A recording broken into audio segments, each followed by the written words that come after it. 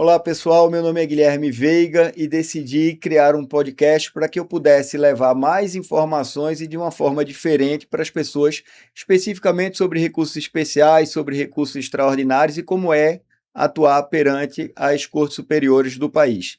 Hoje convidei duas queridas amigas, a Dulce e a Lorena, para conversarmos um pouco sobre recursos especiais. Vou começar com uma pergunta para a Dulce, tá? Dulce, em que momento da sua vida, me conta um pouco sobre sua vida, você é servidora pública, atua no Tribunal de Justiça de Pernambuco, no setor de admissibilidade de recursos especiais, de recursos extraordinários também, é o mesmo Sim, setor? sim, exatamente, o mesmo Então, setor. quando entrou na sua vida a admissibilidade de recurso especial e de recurso extraordinário? Conta um pouquinho sobre sua vida. Olá, Guilherme, é um prazer enorme estar aqui. Eu comecei a trabalhar com recurso extraordinário especial há mais ou menos 8 anos. Quando eu comecei a trabalhar com recursos excepcionais, eu entrei na segunda vice-presidência, o tribunal que eu trabalho, e eu quero dizer que eu não compreendia, era um mundo novo. É um mundo novo, eu não entendia nada de recurso extraordinário especial. E aí eu me interessei muito pelo assunto, é uma área, assim, extremamente estratégica, trata muito de processo civil. Então, quando eu entrei, eu gosto de dizer isso, porque hoje eu me sinto muito segura já com as questões, o mundo de recurso extraordinário especial, porque realmente é um mundo novo. E depois eu fui compreendendo, hoje eu gosto até de tentar falar de forma mais simples, porque para mim ficou simples, Uhum. sabe? Mas assim, era realmente uma situação que eu não fazia ideia. E todo mundo que vai trabalhar com recurso excepcional fala: olha, aqui pega um foguete, aqui vai entrar um mundo novo. Mas é isso, Guilherme, aproximadamente 8 anos eu estou trabalhando e eu costumo estudar também bastante.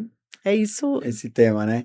Lorena é uma querida amiga, uma grande advogada que atua no STJ e tem uma experiência de departamento jurídico também. Quando é que recurso especial começou a entrar na sua vida? Como é que foi isso? Conta um pouquinho sobre a sua atuação. Eu acho que eu tenho que dar um passo um pouquinho para trás, porque eu escolhi fazer mestrado em processo civil em 2015. Então, eu comecei a lidar com a temática de direito processual, dando seguimento à minha monografia, que foi em precedentes. Então, já foi a partir de então, e em 2015 o código estava nascendo, né? Estava sendo Uhum. gestado e nascendo em 2015.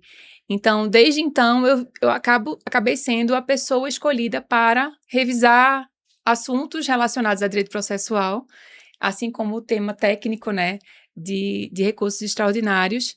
E desde então eu vinha lidando com isso. De um tempo para cá, eu passei a atuar em direito de família, e a gente sabe que direito de família raramente chega ao STJ. Muito fato, né? É muito fato que se discute. Uhum. Então, no meu escritório, por um bom tempo, eu não precisava lidar com isso. Mas, em paralelo, eu geria outro escritório na parte estratégica. Então, inevitavelmente, nós lidávamos com recursos excepcionais. Então, eu revisava recursos de colegas ou precisava também elaborar recursos pelo escritório. Então, eu tinha essa atuação paralela que foi uma sorte para mim, porque eu não fiquei no limbo É. nessa atuação profissional na perspectiva do STJ. E depois passei a gerir, sou gestora há muitos anos, mas passei a gerir, como diretora jurídica, um grupo de empresas de energia e todos os escritórios que mandavam recursos excepcionais no interesse da nossa empresa, eu fazia questão de revisar para que pudesse ter um olhar de processualista nessa perspectiva e para que eu não perdesse também o dia a dia, né, o traquejo do manejo desses recursos excepcionais. Perfeito. É muito interessante a gente poder conversar com quem efetivamente trabalha neste tipo de atuação. Tanto uma advogada quanto uma servidora que faz o juízo de admissibilidade. Eu tenho até um artigo chamado 1001 formas para negar seguimento a um recurso especial, porque são muitos os filtros recursais para que se abra a porta do mérito recursal, né? Antes disso, não é possível. Então, Dulce, qual seria para você, vendo diariamente recurso especial, o maior erro que cometem na interposição de recursos especiais? De fato, são muitos erros mesmo. Quando eu comecei a trabalhar com recursos excepcionais, Primeiro, voltando um pouco isso, para explicar os erros, até para justificar esse erro, eu via mais a questão das súmulas obstativas, então a gente foi compreendendo o que é o 1030, aquelas súmulas 7, todas as súmulas obstativas. Então, eu até me preocupava muito de compreender essas súmulas. E aí, com o tempo, Guilherme, você me pergunta qual é o maior erro. De fato, são muitas falhas estratégicas. Não dá para você trabalhar com recurso extraordinário especial e achar que o recurso extraordinário vai fazer milagre. Não, não vai. Então, assim, conhecer as súmulas, tem algumas coisas que são muito básicas, não dá para você não O saber. pessoal erra no básico, às vezes, né? Básico. Erra no básico, erra numa entrar com recurso extraordinário especial, um recurso especial e não indicar o artigo de lei violado. Então, assim, esses erros a gente acontece muito. Às vezes acontece também de a pessoa não impugnar corretamente o acordo, então vamos aplicar a súmula 283 com 284. Então, assim, todas essas súmulas obstativas estão todas na nossa cabeça. Agora, o que me preocupa também hoje, fora esses erros básicos, honestamente, é a questão da aplicação de precedentes, porque aí a gente vê que hoje, honestamente, eu sempre falo isso, ter uma súmula obstativa, uma súmula 7 aplicada, é até mole hoje. Ruim é você ter uma negativa de segmento e não saber como lidar com aqueles precedentes. Então, até porque onde eu estou agora, a gente trabalha com muitos temas, são muitos temas, então eu me preocupo muito hoje com a pessoa não ter uma mínima noção de precedentes, sabe? Então, o processo não é trabalhado bem na origem, a questão do pré-questionamento, do embargar corretamente, e a técnica básica de elaborar um recurso, ainda tem muito para trabalhar com isso, assim, impressionante, assim, como tem muito para aprender, Guilherme. E Lorena, você que analisa muito recurso de vários colegas, e não é crítica aos colegas, mas muitos casos que você pega, não parece que o recurso especial foi feito como se fosse um irmão gêmeo de uma apelação? Conta um pouco, o que é que você acha disso? Eu ouço Dulce falando e eu me sinto um pouco no lugar dela, claro que do outro lado do balcão, digamos, né? O objetivo que ela trouxe, né? A gente está pronto para derrubar o seu recurso. E o meu objetivo é blindar o recurso para que não seja derrubado. Às vezes não é possível, às vezes a gente não tem uma tese violada, não é uma situação em que seja possível realmente levar, e é difícil explicar ao cliente, a gente não tem mais para onde ir, né? Sim. E olhando na perspectiva da empresa, eu preciso olhar enquanto advogada da empresa, mas também proteger a empresa de uma sucumbência, de uma perspectiva... que agrave uma condenação, inclusive, a situação, né? Exatamente. E aí ela falou da situação de alegar a alegação da lei que está sendo violada, né, do dispositivo legal violado. Eu dou um passo ainda para trás, porque eu acho que o recurso precisa começar sinalizando qual é o fundamento do cabimento daquele recurso especial, por exemplo. Sim. Qual a linha que eu estou apontando? A linha A e C, só A, só A, C. É tão básico, né? é tão fácil de encontrar. Esquecem muito, né, de indicar qual a linha do permissivo constitucional, né? Se a gente fosse estabelecer um checklist, eu começaria por esse item, né, considerando um cenário, e aí pode parecer preciosismo para algumas pessoas, porque pode ser o óbvio, mas não é óbvio, né? E aí precisa ser sinalizado. Já vi muito acontecer também apontar a violação à súmula. Eita, conta um pouco sobre isso, é verdade. As pessoas acreditam que súmula é uma norma federal, né? Conta um pouco. E aí, qual é o contexto que se coloca? Porque eu acho que perpassa pela percepção do que é o sistema de precedente. Porque quando o sistema de precedente foi sendo trazido para o nosso ordenamento e foi sendo popularizado, né, passou-se a considerar precedentes um contexto macro, que são espécies normativas, e traz todo um contexto muito mais que precisa de diferenciação. Então, as nomenclaturas, elas ainda não são totalmente dominadas por quem maneja os recursos. Então, as pessoas olham súmula e falam, não, súmula é precedente. Está violando precedente. Precedente é norma, e vamos colocar isso num contexto de fundamento de violação. Mas o dispositivo legal fala de violação à lei. Então, é necessário que se busque, né, qual a lei que serviu de fundamento para a conformação daquela súmula, para a estruturação daquela súmula. E essa percepção é relevante na hora de você estruturar o recurso. E eu vejo muitas vezes, inclusive, vejo acórdão sinalizando. invocando súmula sem trazer o dispositivo também. Então, acaba que, se eu estou começando a fazer, por exemplo, um recurso, me baseando num acórdão que já não está tecnicamente adequado, né, colocado em forma técnica, a própria pessoa que está redigindo aquele recurso vai ser induzida a erro também. Uhum. Aquele recurso invocou uma súmula tal e deixou de invocar a súmula tal, violou essa súmula, vou atacar a violação da súmula. Quando, na verdade, precisa ser discutida a questão normativa que está por trás dessa súmula, que levou à construção dessa súmula. Isso é muito importante. Perfeito. Dulce, encontra muitas pessoas Bastante. alegando divergência jurisprudencial com súmula. Acontece bastante. Uma coisa que você falou, aquela questão de não indicar o permissivo constitucional, básico. A gente inadmitir um recurso porque não indicou o permissivo constitucional é uma aplicação hard, dura, da súmula 284, acontece. Acontece bastante, acontece muito de interposição de recurso especial por suposta violação a alguma súmula, e na verdade a gente já tem um chavão lá, não cabe recurso especial. Eu gosto muito de pedir que as pessoas leiam o artigo 105 da Constituição Federal e ler as hipóteses de cabimento básicos em maneira. Você lê, tá, lei federal. Então, assim, é isso, é sobre isso, não é sobre súmula, não tem súmula ali. Então, é importante, como a Lorena falou, então, buscar se tem uma súmula. E essa questão também, de se o acórdão não tratou da lei federal, então é importante. Eu sei que a gente tem o pré-questionamento implícito, mas, assim, é importante você forçar um pouco, não vale a pena arriscar. Questionamento implícito, não vale a pena arriscar um Isso. acórdão que não tratou do artigo de lei federal. É melhor você dar uma embargada e você garantir aquilo ali. Eu até cheguei a aprovar no outro evento que teve aqui do STJ, eu cheguei a aprovar um enunciado para que os tribunais, eles façam referência à lei aplicada, à lei federal, para facilitar o pré-questionamento, né? Mas, de fato, se não tem, é muito complexo arriscar, porque quando a gente chega lá na admissibilidade, há o risco de dizer que sua matéria não está pré-questionada. Até porque o pré-questionamento implícito para o STJ, você tem que alegar a violação do 1025 com o 1022 e com 489, ou seja, é um combo que, para quem não atua diariamente, que não é processualista, não vai entender nem o que eu estou falando aqui, né? É verdade. Então, parece-me que nas matérias de direito público é um pouco mais fácil alegar violação à lei federal do que em direito de família, que a questão é mais fática, não é? Por exemplo, temas de servidor público, temas tributários, ele parece que é uma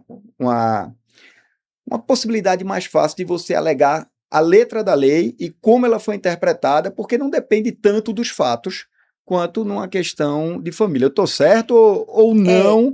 Tem muito fato também nessa parte nova que você está tratando lá na vice-presidência. Eu acho que para você, se você deseja, se você sonha chegar ao STJ, você precisa, já no tribunal, ficar de olho na lei federal. Então, assim, é importante, seja no processo... O recurso especial nasce antes, né? Nasce antes. Então, você precisa já lá, mesmo que seja uma questão de família, qual é o artigo de lei federal, vá cavar o artigo de lei federal para você poder garantir seu recurso, entendeu? E a gente sabe também que às vezes até a questão da súmula 7, às vezes a aplicação, então tudo isso são questões que você precisa trabalhar para conseguir chegar ao STJ, mas assim, de fato, trabalhe, vá atrás. Eu até às vezes falo para os colegas que trabalham no segundo grau, gente, faz referência à lei federal, porque às vezes até para a gente fazer uma admissão, um representativo da controvérsia, eu preciso ter uma lei federal discutida ali. Então, assim, eu tenho que fomentar isso, sabe? Que os acórdãos façam realmente referência à lei federal, e se não fez, o advogado, a advogada vai atrás desse dispositivo de lei federal, que é importante. Lorena, um ponto difícil, né? Negar segmento me parece que tem muitos caminhos, mas conta um pouco da dificuldade que é fazer um recurso especial enxuto, ou seja, o mais sucinto possível e ao mesmo tempo cumprindo todos os requisitos. Me parece ser um desafio grande para nós, advogados, né?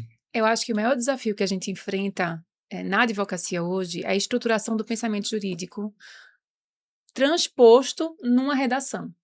Porque muita gente se formou em direito num pensamento prolixo, de trazer argumentos adicionais, de, né, aquele famoso encher linguiça, que a gente sabe que muita gente tem esse hábito.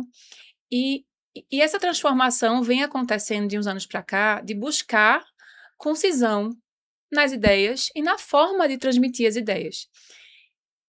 E qualquer recurso, qualquer comunicação, ela deve primeiro buscar o que é que eu quero comunicar. Eu quero Perfeito. comunicar Sim. que... E aí eu trago elementos iniciais, um checklist mesmo, para a gente analisar o que é que eu preciso colocar obrigatoriamente. Uhum. Então, eu preciso indicar a violação à lei federal, preciso primeiro indicar o permissivo constitucional, a violação à lei federal, pré-questionamento, checar se eu estou preenchendo todos os requisitos de admissibilidade. Depois de preenchido esse beabá da estruturação do recurso, aí sim eu posso trazer elementos de convencimento adicionais, que eu vou trazer alguns argumentos adicionais. Isso pode preencher um pouquinho o meu recurso, mas ele não pode ser o núcleo duro do meu recurso. Perfeito. Então, o núcleo duro do recurso precisa sim trazer o beabá, o checklist mesmo do que a gente precisa colocar na estruturação recursal, para que quando chegar as dulces, a gente consiga evitar que não tenha o que anular, né, daquele processo de admissibilidade inicial, o provisório, que é feito lá na presidência e na vice-presidência dos tribunais de origem. Um outro ponto para você de novo. E depois, qual a importância de quando o processo chega no STJ de marcar a audiência? Ai, é um desafio, tá? É um desafio. Eu não sei se nem se a gente vai colocar isso, mas assim... É difícil marcar audiência, mas é importante marcar audiência, né? Isso. E assim, é importante no STJ, mas é importante sempre. Eu tive um caso essa semana de uma situação que as alegações finais foram colocadas no tribunal de origem, foram colocadas as alegações finais, prontamente o advogado que está lá na cidade, eu falei, marca para despachar. Mas a gente fez audiência há 3 semanas, marca para despachar. Porque você vai ter a oportunidade de trazer para o convencimento do juízo a sua percepção sobre as colocações que foram colocadas ali, as colocações que foram indicadas ali. Da mesma forma no recurso excepcional, sobretudo aqui em Brasília, que a gente sabe que as pessoas que atuam aqui nos tribunais superiores estão exclusivamente atuando para que possam acessar os tribunais e conseguirem ter a oportunidade de um convencimento mais próximo, né? Trazer a percepção, né? A interpretação dos termos que são colocados ali, porque ambas as partes vão trazer suas percepções e vão, obviamente, trazer sua argumentação para um lado ou para o outro.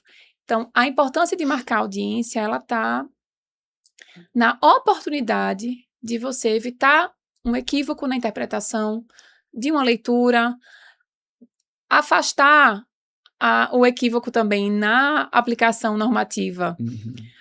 Às vezes acontece da contraparte involuntariamente induzir a erro por omitir alguma informação importante ou trazer não só importante a audiência prévia, como também sustentação oral, né? A gente sabe que a sustentação oral ela foi, de uma certa forma, um pouco banalizada e está havendo uma tentativa de resgate, né? Resgate da sustentação oral e proteção até desse momento da sustentação oral, mas eu acho que ela é tão importante quanto a audiência prévia, embora tenha sido muito difícil a gente conseguir acessar de forma efetiva.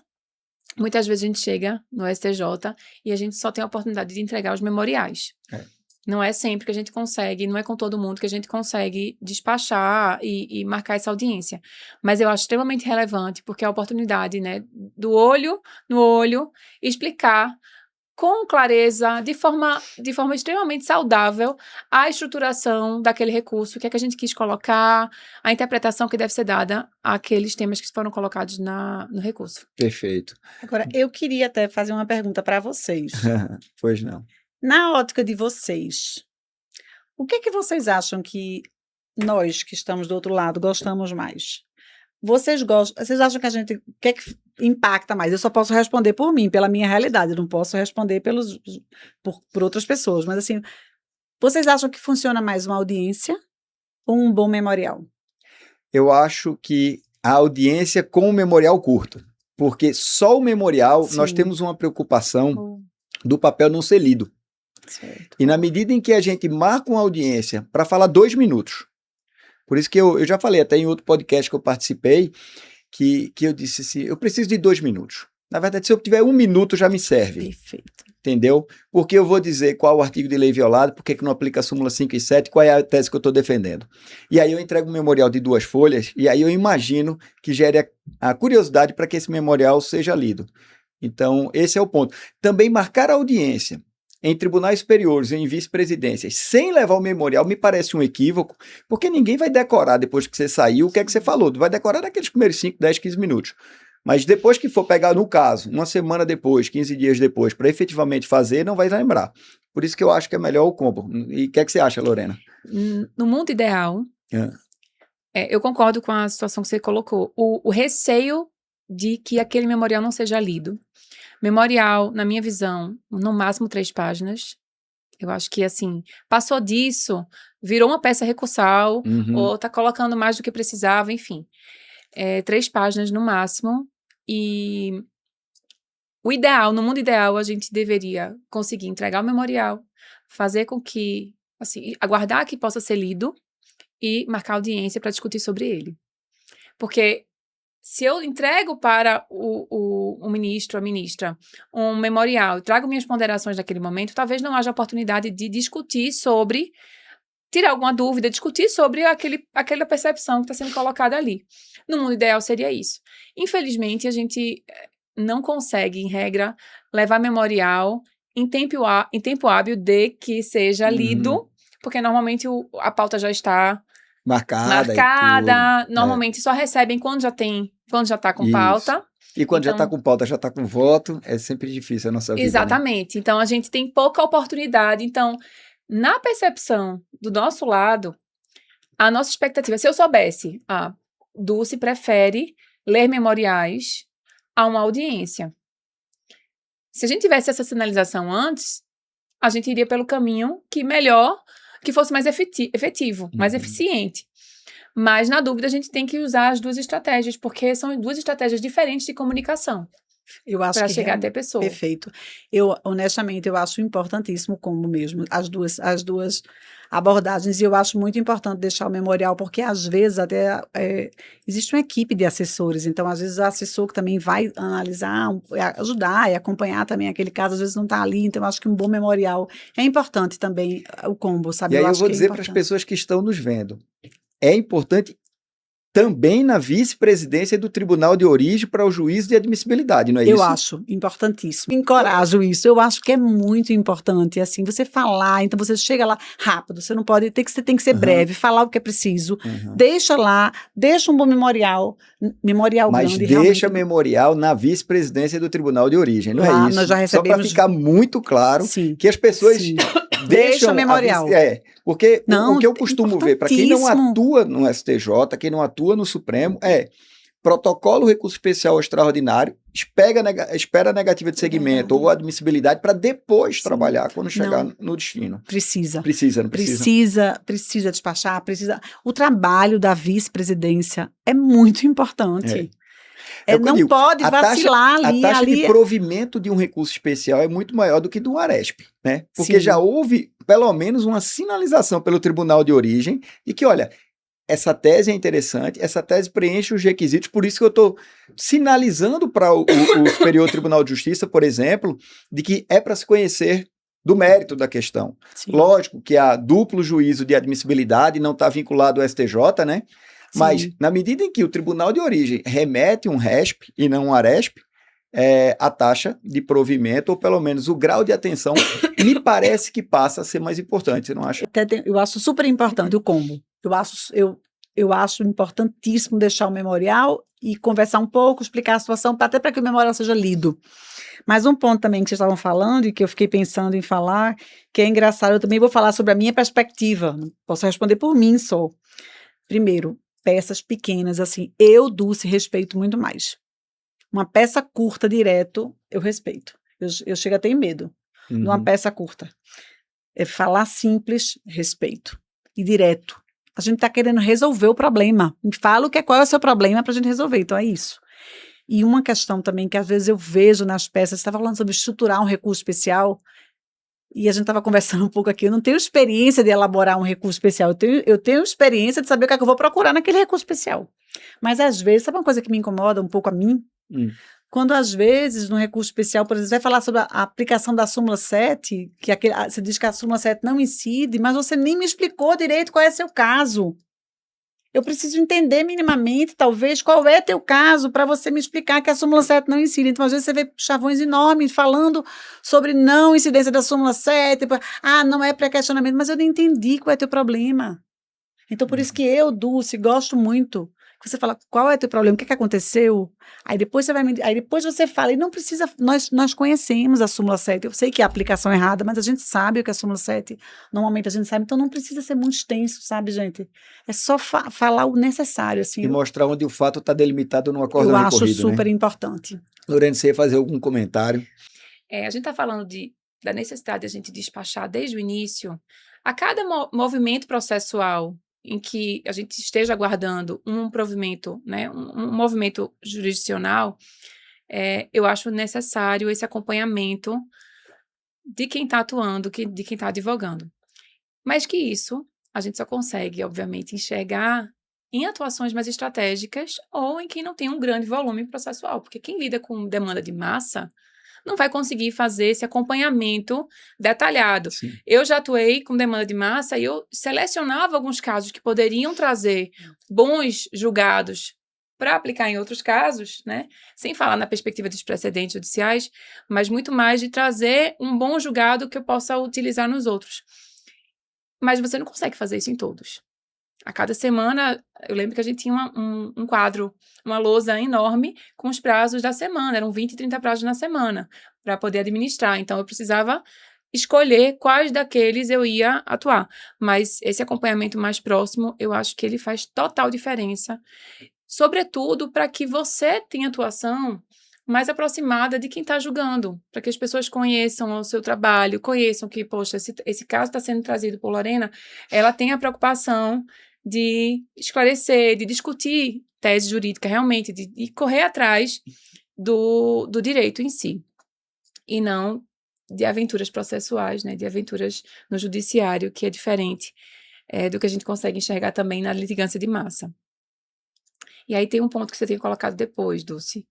Você falou da tua preocupação com relação ao tamanho das peças e o respeito das peças.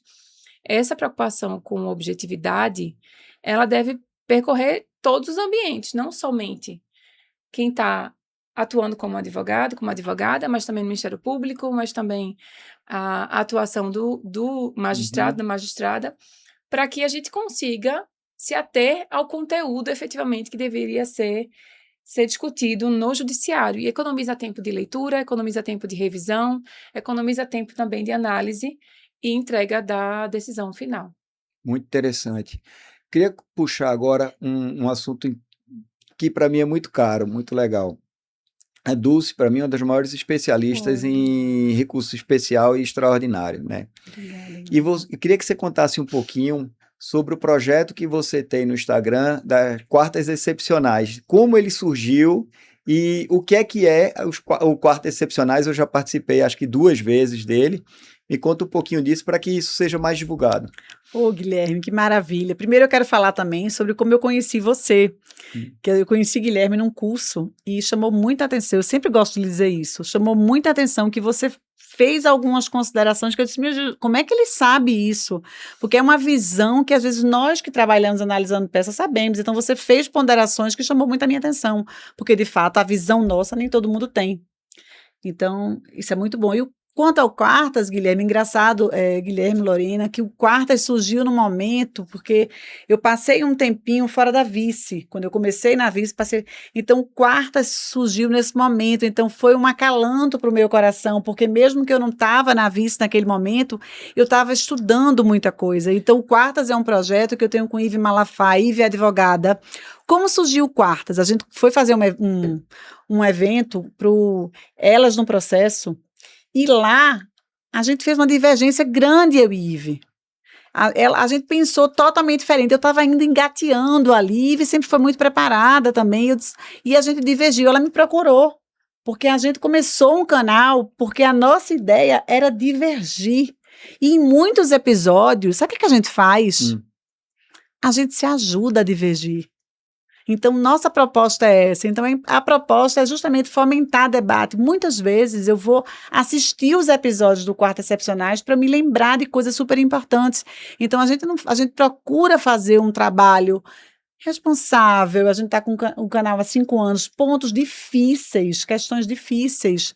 5 anos já de canal, né? 5 anos de canal. Passando então, informação relevante sobre admissibilidade, sobre mérito. E a ideia também é essa, é você ter Ive, que é advogada, e eu do outro lado. Então, é ter essa visão. Esse contraponto, Esse né? contraponto. Então, a ideia é essa. O Quartas é eu e Ive, nós somos assim.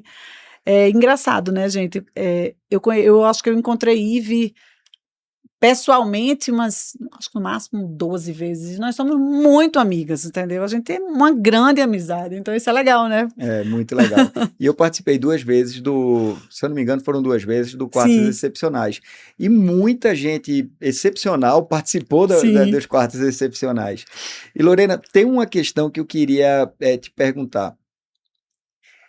A gente tem muitos livros sobre recurso especial ou sobre recurso extraordinário, mas eu não conheço nenhum livro que nos ensine a fazer recurso especial ou nos ensine a fazer um recurso extraordinário. Onde é que você acha que as pessoas deveriam buscar informações para poder redigir um recurso excepcional? Talvez em pós-graduações, talvez em cursos, ou você acha que em livros? Como é que você pensaria um modelo? Ou se tiver alguma dica também de como a pessoa teria um norte para poder fazer um bom recurso? Eu acho que o recurso é uma redação jurídica, né? Qualquer situação em que a gente vai redigir uma peça jurídica, a gente precisa ter em mente o que é que eu quero comunicar e a melhor forma de comunicar isso.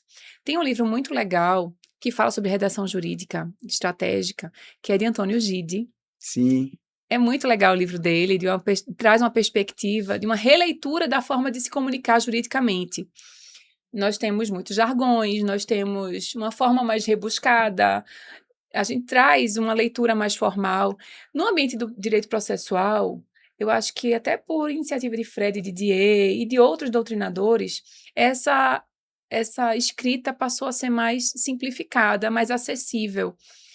Inclusive, um parêntese, Fred esteve na minha banca de mestrado e ele criticou, de forma, obviamente, brincando, mas criticou palavras muito rebuscadas que foram utilizadas no mestrado. Você tem quantos anos? Você tem 20 e poucos anos, por que você está usando essa palavra? Ela não é do seu tempo. Então, promovendo, efetivamente, a simplificação da redação jurídica. Perfeito. Então, aprender a escrever de forma objetiva, concisa e clara é o primeiro passo para qualquer redação que você vá trazer. Seja uma peça recursal, seja uma redação acadêmica, sim.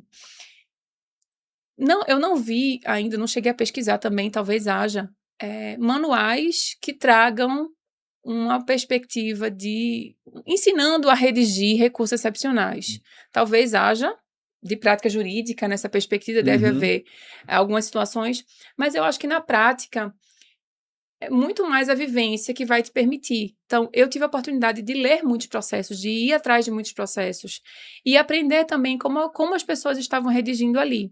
Como deveria ser e como não deveria ser. Que isso também é muito importante. Perfeito. O que é que deu certo, o que é que deu errado, enfim. Eu vou passar uma dica prática, então, para ficar de conhecimento também específico. É muito difícil. A tela em branco, você começar a redigir um recurso especial. Para mim é mais fácil, eu já fiz mais de 1000 entre recursos especiais e contrarrazões. Então, eu posso dizer para quem não fez, como fazer talvez, que você não procura no STJ sempre um paradigma do STJ para poder confrontar em divergência. É muito melhor encontrar um paradigma do próprio STJ do que de outro tribunal de segundo grau. Então, entra dentro desse paradigma que foi conhecido e provido, vai no processo eletrônico e puxa aquele recurso especial que foi feito, do qual gerou esse paradigma conhecido e provido dentro do STJ, não para copiar, que copiar não pode, mas para estudar, para servir de norte, para ver que se aquele recurso especial que você entrou no processo eletrônico que você baixou foi conhecido e provido, é provável que ele tenha sido bem feito. Pelo menos ali você tem um norte para poder seguir num recurso especial. Mas, Dulce, vou entrar num momento agora muito polêmico de atuações nos tribunais superiores. Quando tem um recurso especial que ele é mal feito, ou mal redigido, ou que não tem todos os requisitos de admissibilidade para seguir, por exemplo, não está claramente indicado o artigo de lei violado, mas o mérito dele é de um tema repetitivo já julgado. É caso de juízo de conformação mandando de volta para a turma, ou é caso de negativa de conhecimento por ausência de um requisito formal do recurso especial. Ótimo, Guilherme. Veja, a gente não tem uma resposta fechada para isso. Um ponto que eu gosto muito de reforçar seria caso de, eu gosto muito de usar a palavrinha inadmissão ou negativa de segmento, que quando a gente está falando de aplicação de sistemática, eu sempre fixo a questão da negativa de segmento. Quando a gente está com recurso especial, acontece muito isso. A gente pega um recurso especial, não tem a indicação do artigo federal violado, às vezes ele não tem, a matéria a gente não sabe se está devidamente pré-questionada. Honestamente, eu tenho a impressão que é tudo pela aplicação da sistemática. A tendência, não tem uma o que eu não posso aplicar a sistemática é quando o recurso está intempestivo. Então, mas flexibiliza todos os requisitos de admissibilidade, exceto tempestividade, preparo, irregularidade e representação. Tirando esses três, flexibiliza para aplicar o tema, não é isso? Parece que é isso que está acontecendo. Uhum. Eu já vi até devoluções do STJ em questões que não tinham os requisitos. Então, parece, não tem resposta fechada, que a gente está caminhando para isso. Uhum. Só não aplica quando o recurso é intempestivo. Agora, se você for pesquisar no STJ, você vai ver vários julgados que a matéria tem que estar pré-questionada. É um requisito constitucional. E é curioso isso, porque se o recurso especial efetivamente é um recurso de fundamentação vinculada, ele deixa de ser recurso de fundamentação vinculada e basta ser o tema. Sim. Será que eu poderia aplicar um tema num recurso especial interposto contra uma decisão monocrática? E aí, complica, né? Como pode? É um requisito constitucional. Eu acho que esse é um excelente exemplo. Porque se pode flexibilizar tudo, vai aplicar, então, a tese repetitiva num recurso especial, inclusive interposto contra a decisão monocrática que não poderia ser conhecido. Também, a causa tem que estar decidida. Então, será que eu posso? Eu estava pensando aqui, se esse movimento que está acontecendo, que você está falando... Que é a impressão, Sim, é só percepção, né? Que aí eu não tenho dados estatísticos para confirmar ou discordar. Será que isso também não é decorrente desse movimento de primazia de julgamento do mérito, dessa percepção de aproveitamento dos atos processuais? Pode até ser, mas aí você está transformando uma corte superior em uma corte de distribuição de justiça do caso concreto e não mais uma corte de interpretação da norma constitucional. E o curioso disso é porque amanhã, provavelmente, quem estiver assistindo já vai ter passado, eu vou fazer uma sustentação oral na Corte Especial do STJ, em embargos de divergência, estaremos lá junto amanhã, justamente para definir isso. Flexibiliza os requisitos de admissibilidade quando tem um tema repetitivo, ou não pode flexibilizar a admissibilidade de um recurso especial, mesmo diante de um tema repetitivo. Porque se pode, e aí foi um gancho muito importante seu hoje, eu vou poder aplicar um juízo de conformação, inclusive de um recurso especial interposto contra a decisão monocrática. Que, tecnicamente, ele jamais poderia ser conhecido e passará a ser, já que se você flexibiliza... Eu não sei se é esse caso, obviamente, eu não sei qual é o caso que vai atuar amanhã, mas aquela tensão, né, que se traz sobre o 1030 e as portas fechadas para a oportunidade de aplicar a distinção ou a superação de julgados, enfim, de precedente. Isso não seria um movimento decorrente desse bloqueio? Esses embargos de divergência, eu não sei qual é a sua situação, mas qual caminho a gente teria para discutir isso? Para mim seria rescisória, porque a gente não pode estar flexibilizando o cabimento de recurso especial nem de recurso extraordinário. Se não aplicado um precedente e tudo, que entre com a rescisória depois. Para sinalizar que seria o caso de distinguish seria o caso de distinguish, ou seria o caso de efetivamente aplicação, mas deixar de lado os requisitos de admissibilidade de um recurso extraordinário ou de um recurso especial, como esgotamento prévio da instância ordinária, no sentido de que vale então tudo para aplicar um precedente repetitivo, eu acho que a gente está transformando um recurso especial ou extraordinário numa espécie de apelação. Agora, sobre essa questão da 281, é importante reforçar só que a 281 já foi afetado, né? Então, a 281 será um tema também. Conte então, um pouco, explica o que é 281 para que as pessoas possam... A 281 é aquela súmula da necessidade do exaurimento da instância ordinária para que a gente possa interpor um recurso especial. Então, não lembro agora qual é o número do tema, mas teve o tribunal, eu acho que foi Tocantins, não lembro qual foi o tribunal, afetou isso para que o STJ pegou um recurso, veja que interessante, pegou um recurso interposto contra uma decisão monocrática, pegou vários recursos, pegou 4 recursos especiais interpostos contra a decisão monocrática e afetou, selecionou o recurso representativo de um recurso inadmissível e pegou isso, afetou, admitiu, disse expressamente que estava admitindo para que o STJ passasse a dizer que recurso especial interposto, decisão monocrática, você tem que negar seguimento e aquilo nem suba para o STJ. Então, isso aí já está afetado, certamente vai virar um tema. Mas imagine que se no mérito tivesse um tema repetitivo, aí vai admitir? Eu estava pensando, imagina que virou tema. A gente tem um tema que fala que não cabe recurso especial contra a decisão monocrática. E a gente tem um tema de mérito também, eu vou aplicar... E aí, qual dos dois? Tenho a impressão que vai prevalecer. Eu tenho a impressão que vai ser mais forte o 281. Mas vamos ver. Mas vamos ver. Porque hoje, e tem julgados realmente dos dois lados no STJ. Um dizendo que flexibiliza completamente, exceto preparo, representação e tempestividade, e o resto está flexibilizado, então vai caber contra a decisão monocrática. E tem decisões que diz que não, você tem que cumprir todos os filtros para depois você chegar no mérito. Para a gente esvaziar também o 1030. O 1030. Né? Normalmente, para sobrestar, a gente só analisa mais a questão da tempestividade, sabe? Mas assim... Se você achou... Sabe qual é o meu problema com essa questão de, para sobrestar? Você dá uma expectativa de vida a um recurso natimorto. Sim. E aí você chega para o seu cliente e vai dizer, olha, vai ficar aqui no limbo, até que um dia julgue. Imagina, julga e o mérito é contrário, aí você termina aplicando um mérito contrário a um recurso que não poderia ter sido conhecido. O problema é que, às vezes, se você não fizer isso, se você se você inadmitir, o STJ devolve para aguardar o julgamento. É esse o problema que está tendo.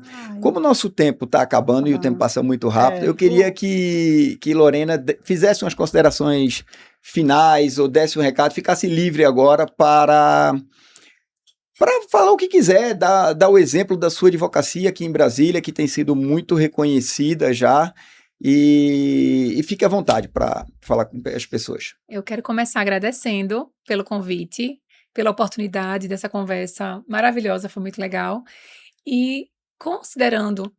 Perdão. A advocacia em Brasília, considerando os tribunais superiores, ela traz uma perspectiva mais distante de quem está atuando e que não tem a vivência processual para chegar até lá. Mas eu acho que o preparo da base, de entender o que é o sistema de precedentes, como ele está se conformando no nosso ordenamento, porque é um sistema que está amadurecendo, em constante amadurecimento, entender a aplicação do direito, trazer percepções, buscar analisar melhor os fundamentos jurídicos, entender como funciona o direito, para conseguir amadurecer a atuação profissional. Eu acho que a dica para quem está começando a advogar, quem está perseguindo chegar aos tribunais superiores, é entender como funciona o processo desde o início. Como o Dulce falou, o processo precisa estar preparado para chegar no STJ lá na frente. Ele precisa se estruturar para que ele seja viável ao STJ numa eventual resignação da parte.